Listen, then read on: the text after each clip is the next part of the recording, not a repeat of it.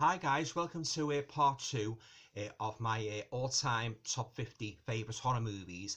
As I said in the first video, these are just my top 50. I'm not saying the 50 greatest horror movies of all time, because I know all too well everybody's got their own favourites and that, yeah. So without further ado, let's just get into part 2. So, first one I'd like to show you is absolute classic, starring the late great Vincent Price, and that is The House on Haunted Hill. Boy, do I love this movie, guys. Yeah, it's one of my all-time favourite horror movies, and that, you know, made in the late 50s. And Vincent Price, as always, is really on the money, playing this sinister character who has this group of people, you know, stay at this house and that, you know, if they stay overnight, they get a lump sum of money, yeah. This is the colorised version as well, so I've got the black and white version. And I've got the colorised version. I absolutely love this movie, yeah. And love the special effects in that. It's a fantastic movie, The House on Haunted Hill. So there you go. That is The House on Haunted Hill. Nice. Next one up is, this has got to be my all-time favourite Amicus horror anthology movie, and that is 1972's Tales from the Crypt. Again, tremendous movie, yeah. I grew up watching this in the 70s and that, and it always seemed to be shown late on a Friday night, yeah. And I always think when this movie, when I think of it, I always think of that really sad story, you know, with Peter Cushing as poor Arthur Grimsdyke and that, you know, yeah, who hangs himself and that, yeah. And I love the part with the razor blades as well, where that, over the fishes Sergeant Major takes control of this blind man's home and he starts throwing his weight around and that. Oh boy, guys, what do you do to him in the end? You don't have to get the revenge, yeah. Love all the stories in this, and of course you mustn't forget the Joan Collins one with the Father Christmas, you know, escapes from the asylum, yeah. Oh yeah, this is the benchmark, guys, by which all anthology, in my opinion, this is the benchmark by which all other horror anthologies movies should be judged. Yeah, so there you go. That's from 1972, and that is Tales from the Crypt. Awesome movie. Next one I'd like to show you is Dario Argento classic, and that is from 1977, and that is Suspiria. This is the most lavish, most beautifully coloured horror movie I've ever seen, yeah. A lot of horror fans talk about how much they love the colour in this movie, yeah. Oh, yeah, it's a real creepy movie about this girl, like she goes to this school and that, you know, ballet school, but it's got a very, very dark secret, very strong elements of witchcraft and black magic, yeah.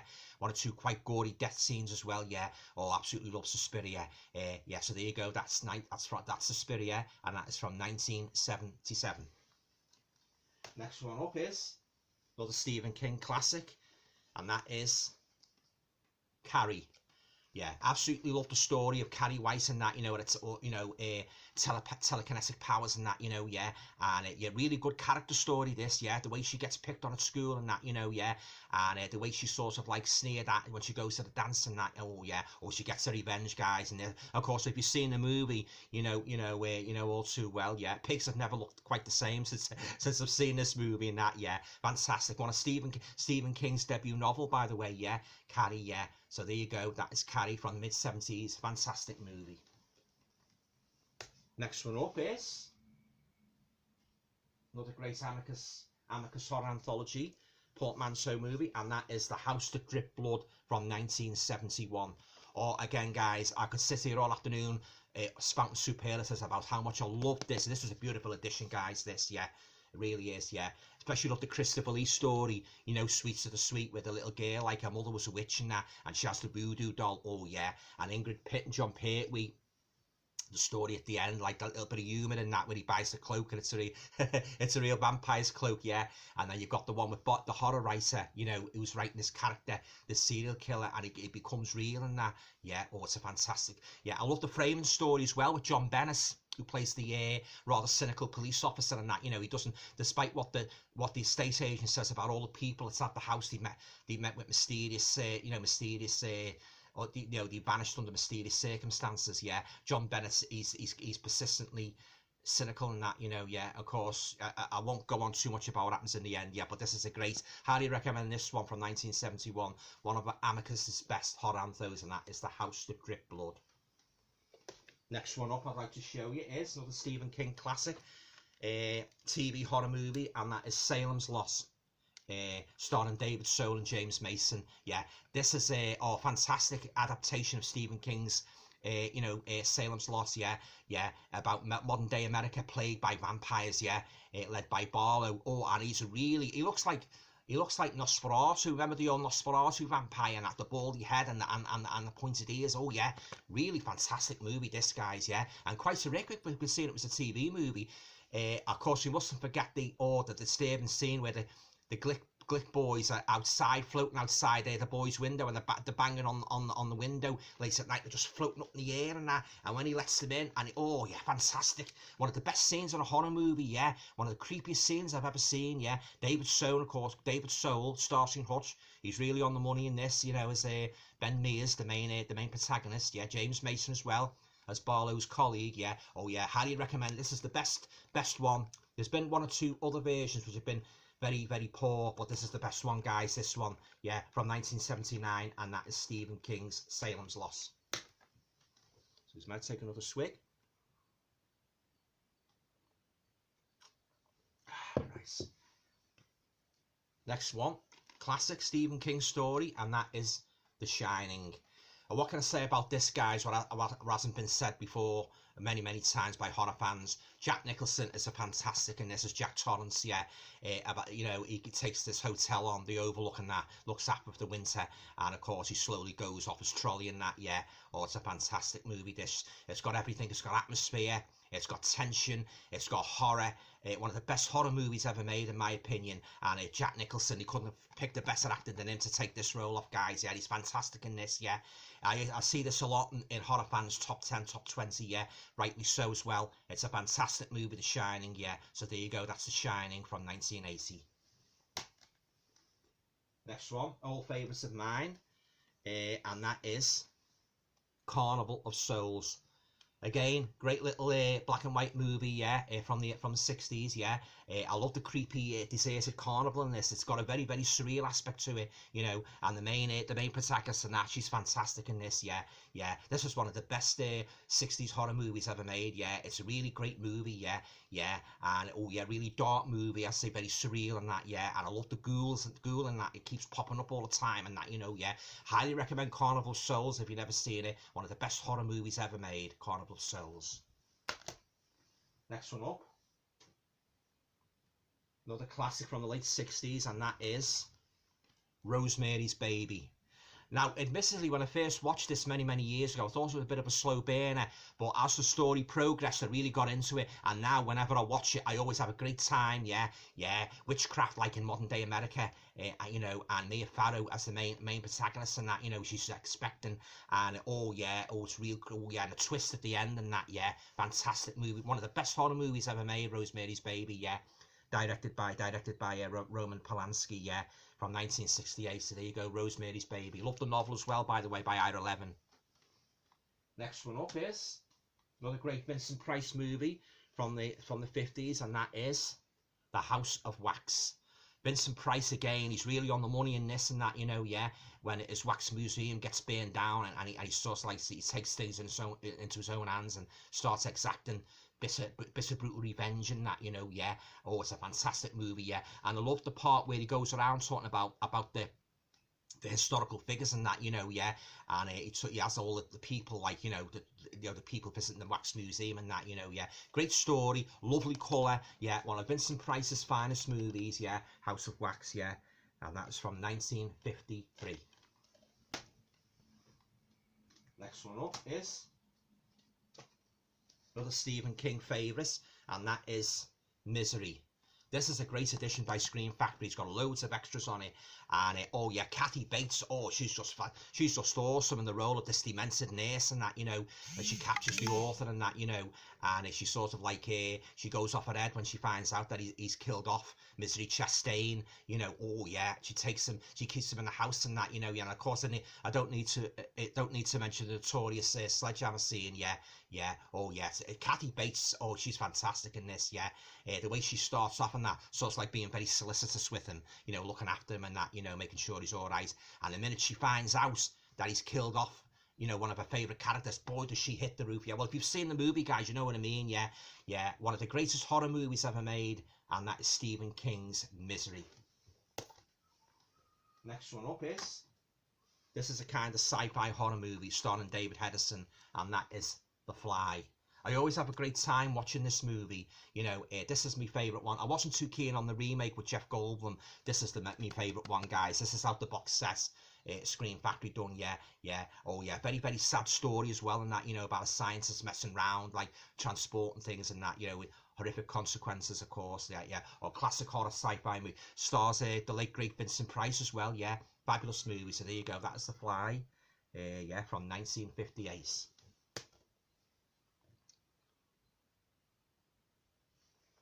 Next one up is one of my all-time favourite demonic.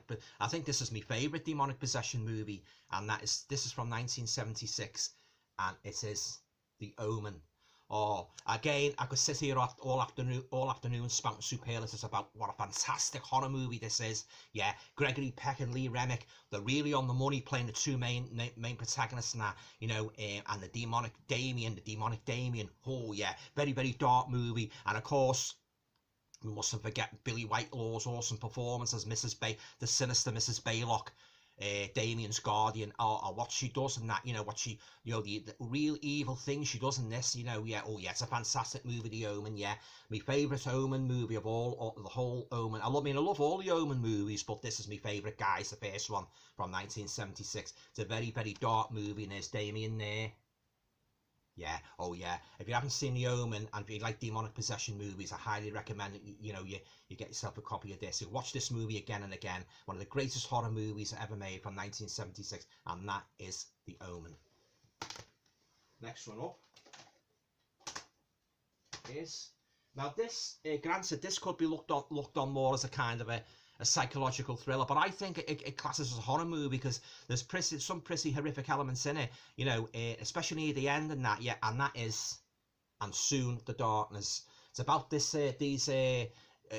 two girls, these British girls, yeah, one of them is Michelle Dotrice from, you know, played Bessie and Some Others Do Have Him. They go on this cycling holiday in France and that, you know, and I don't want to go on too much about it, but it's got a fantastic storyline, it's got a great twist, it's got a great red herring, and oh yeah, excuse me, take a drink. I love the location, the French countryside, yeah, and the air of mystery and that, you know, yeah, and oh yeah, this is one of my all-time favourite movies, this, And Soon the Darkness. Yeah, and the colour, the picture quality on this, guy, is absolutely pristine. Yeah, written by the late great Brian Clemens, who wrote many great horror stories in his time, especially the thriller series from, you know, in the early 70s. Yeah, if you haven't seen And Soon the Darkness, I highly recommend that you go out and get yourself a copy of this. Yeah, it's a fantastic psychological horror movie. Yeah, so there you go, And Soon the Darkness from 1970. Next one up is another great favourite. And that is Frankenstein meets the Wolfman. And of all the monster bashes and that, you know, where you put all the monsters in the one movie, Universal, this is my favourite one, guys. Yeah, Frankenstein meets the Wolfman. Yeah, it carries on the story. This is more of a Wolfman movie, actually. It carries on the story with poor Kirst Lawrence Talbot.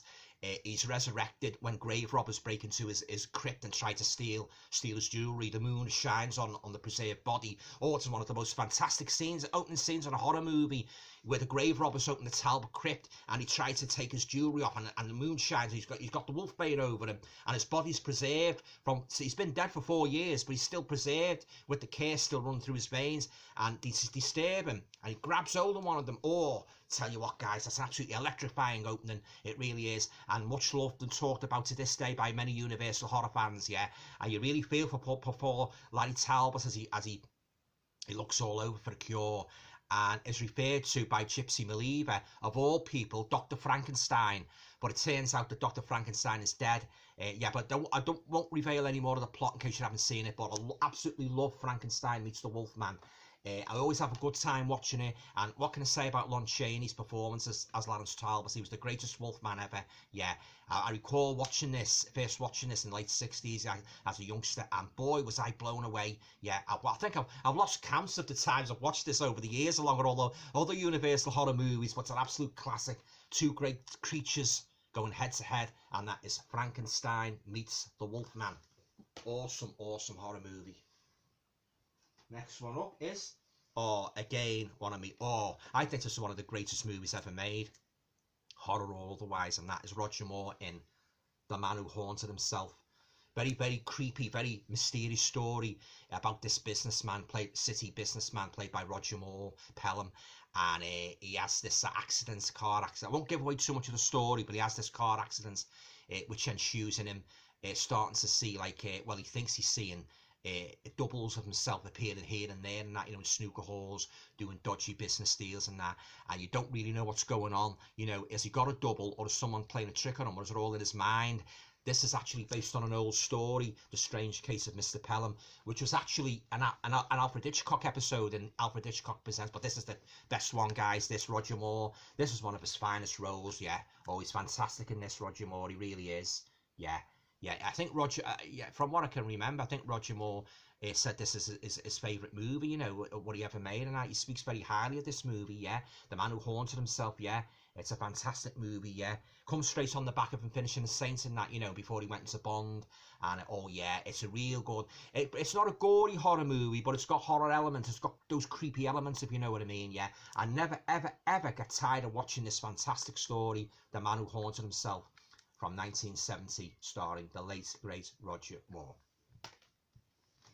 Next one up is... another great Universal favourite, and that is The Wolfman from 1941, starring the late great Lon Chaney Jr. This, guys, without a shadow of a doubt, is my all-time favourite werewolf movie. Many come close. I mean, American Werewolf in London, you know, The Howling, yeah, but this, guys, this is the one for me. Lon Chaney Jr., particularly the way he plays Lawrence Talbot and that, you know, he comes back to his ancestral home after doing engineering work in Canada, and he attends this this sort of like little carnival at night, and he gets bitten while rushing to the aid of a girl getting attacked by this wild animal. He gets bitten. It turns out to be a werewolf, and he's cursed and that, or what he goes through, guys, in this, yeah. And of course he went on to make a couple more werewolf movies. He continued on with the character, but this is the one, guys, that started Lon Chaney Jr. on the path to greatness as Lawrence Talbot, yeah. I love the creepy, foggy setting, you know. I like the gypsy woman. I like all the characters, really, you know. His father, Claude Rains, done a fantastic job as Sir John Talbot, and it's got atmosphere and bucket loads. Evelyn Ankers, of course, playing the love interest, yeah. Actually done a full review of this in my videos and that, you might like to check out, yeah, detailed review. So there you go, that is The Wolfman, classic Universal monster movie from 1941. Next one up is another great favourite of mine from 1974, and that is the Texas Chainsaw Massacre. Again, guys, yeah, fantastic, iconic horror movie, yeah. Leatherface is one of the greatest horror creations I ever seen on screen, yeah. Oh, yeah, and the part with the old grandfather with the hammer and that, oh, God, one of those horrifying scenes in horror movie history, yeah. And the poor girl, you really feel for him, that, you know, yeah. And, when Leatherface first appears and that, you know, oh, yeah, oh, it's a fantastic, yeah. If you haven't seen the Texas Chainsaw Massacre, the original, I highly recommend it. This should be in every horror movie fan's collection.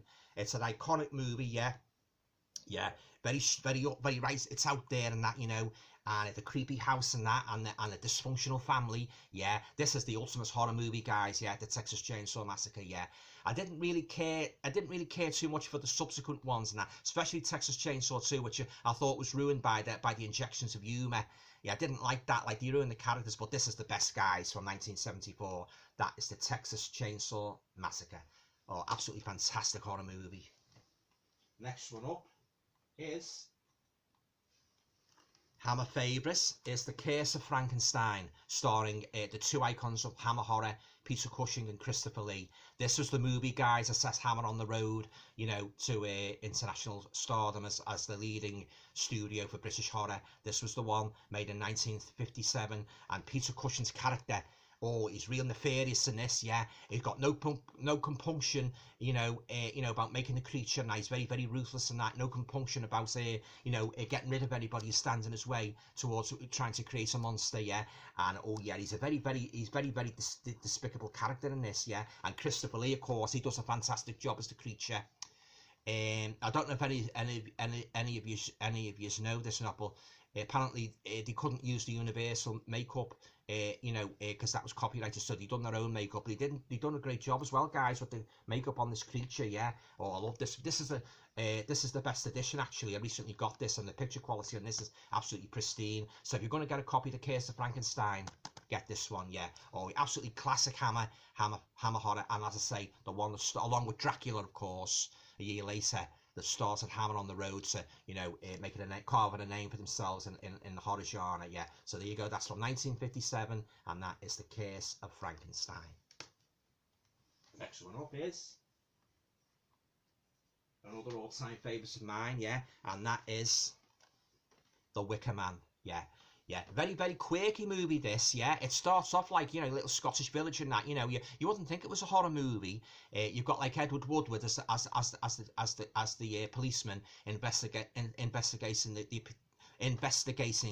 the disappearance of this little girl and that, you know, yeah, in this remote Scottish island and that, yeah. This has got loads of special features on it as well, by the way, yeah. Oh yeah, absolutely.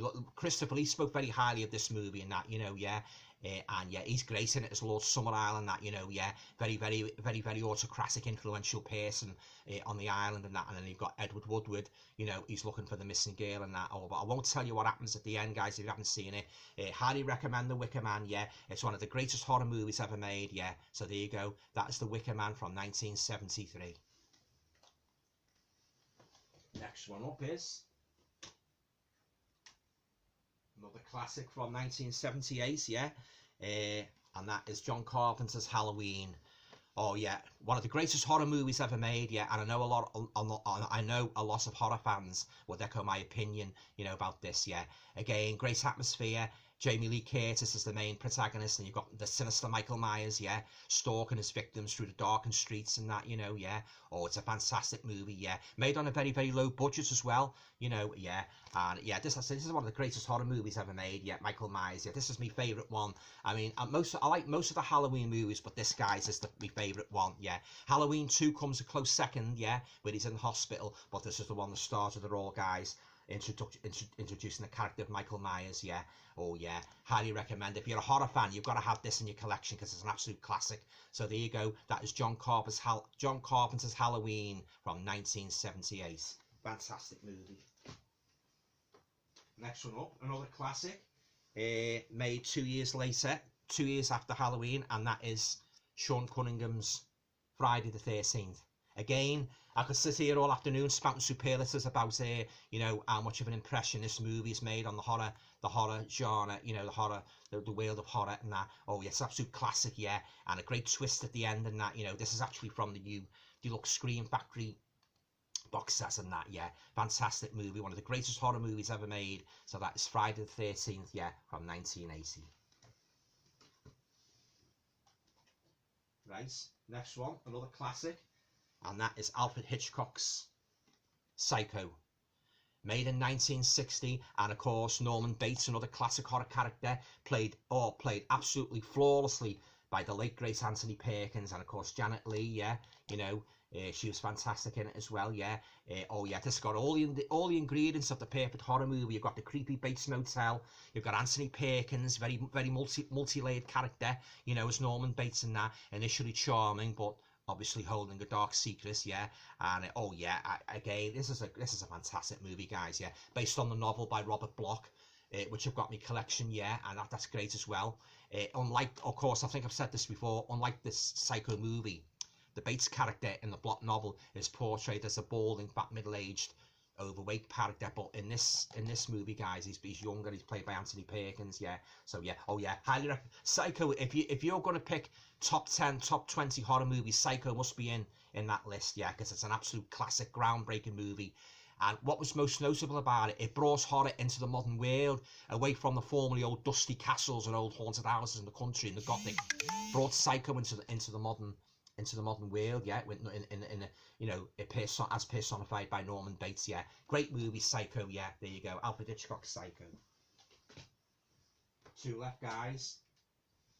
Another Hammer classic, and that is Dracula, starring the late great Christopher Lee. Oh boy, do I love this movie. I absolutely love Christopher Lee as Dracula. Always have, always will. Nobody can compare to him in regards to playing Count Dracula. This is a gorgeous movie, guys. Great addition. It's got atmosphere, and the story. I love the story. I love Peter Cushing as Van Helsing and that, Dracula's nemesis. Christopher Lee is really darkly sinister in the role of Count Dracula. Very ferocious, brought a real good animalistic demonic quality to the role, what had never been seen before. Yeah, as I say, yeah, it's a fantastic movie, this Dracula. This should be, again, like Psycho, this should be in every horror fan's collection, and of course it's spawned a lot of sequels and that, you know, by Hammer, but this is the one, guys. This is my all-time favourite Dracula movie, yeah, starring the late great Christopher Lee. Yeah, gorgeous, lush cinematography. Michael Goff's great in it as well as a supporting role and that, you know, yeah. Oh yeah, it's just a fantastic movie all round, yeah. Produced by Michael Carreras, executive producer, and also by Anthony Hines, yeah. So there you go. That is the very first Hammer Dracula starring Christopher Lee from 1958, one of the best. And finally, I've got to end with the movie that first got me into horror way back in the late 60s, yeah. I always say, like, when, you know, people sometimes say to me, when did you first become a horror fan? Well, I always refer to this movie as the one that got me into horror, and that movie is Frankenstein, 1931, starring the late, great Boris Karloff. Oh yeah, what can I say about this movie, guys? What I haven't said before, it's a fantastic horror movie. It was the one that made Boris Karloff a star. This is actually the Frankenstein Blu-ray set. Got all the Frankenstein movies. I've got the Frankenstein 1931 on DVD, but I just thought I'd show you this one because the movie looks absolutely pristine, guys, in Blu-ray. Boris Karloff, as well as bringing a sinister aspect to the role, he also brought a great degree of pathos and a certain degree of humanity. You know, and of course those gestures, what I've said before, those imploring hand gestures and the actions and that, the facial expression, he had it all, guys. He certainly picked the right man when he picked Boris Karloff to play the Frankenstein monster. Love everything about Frankenstein. You know, I've often said it's a pity Karloff didn't make more than just the 3 Frankenstein movies, because I love all of them. Bride of Frankenstein as well, yeah. That would have been in my collection, but what I tried to do, I wanted to sort of like diversify rather than put about 3 and 4 sequels of the same monster. I just wanted to pick the best one out of the monster franchises without piling in too many sequels and that. I wanted to sort of like show the other horror movies as well, but yeah, but this is definitely right up there with Bride of Frankenstein, one of my all-time favourite horror movies. This was the one that got me into horror. I know, you know, horror fans have often said, what was the movie that got you into horror? And this, but for me, this is the one, guys, Frankenstein. When I first watched this in around about 1968, 69, was I blown away. So I've been a horror fan ever since, and Frankenstein is a flawless movie. Universal were really on the money when he brought this character to the big screen, Mary Shelley's immortal creation. And yet the late great Boris Karloff, as far as in my opinion, is the best Frankenstein monster ever. Yeah, so there you go. That is Frankenstein, the last movie in my top 50. There you go. Okay, guys, well, I hope you enjoyed that video. You know, talking about my top 50 horror movies of all time. Yeah, have you got a top 50, top 10, top 20? You know, I'd like to see. Yeah, why not do a video talking about your collection? Yeah. I know some of my fellow YouTubers have done videos talking about their favourite movies and that, yeah. But it's always great to see, like, people's preferences and that, you know, what they like, what they don't like and that, you know, yeah. But they're fantastic, guys, yeah. You know, goes without saying and that, you know, yeah, some real classics there, yeah. Especially Hammer, the Hammer and the Amicus ones, of course, Psycho and that, you know, yeah. But it was quite a difficult choice, I must admit, because I've got that many horror movies in my collection, narrowing them down to the 50. But they're the 50 guys what I watch most over and over again. You know, the classics, the Universal, and I love all the old horror actors. Boris Karloff, as I say, Christopher Lee, Lon Chaney Jr., the greatest Wolfman ever. Yeah, Peter Cushing, of course. Yeah, the late great Peter Cushing. Yeah, this is what we're missing today, guys, isn't it? You know, it's a pity they've all gone. Those great actors. Yeah. Okay, guys. I say I hope you enjoyed me. You know, this 2-part video. Leave your comments down below. Yeah. Have you got any of these films? What you think of them and that? What any particular favourites in your list from my list and that? Yeah. And as I say, that they're my. I'm not saying they're the 50 greatest horror movies ever made. They are what I like. They're my top 50. Yeah. Okay, guys, I hope you're all staying safe and that, you know, yeah. And all going well. I shall talk to you all again very soon. Stay safe.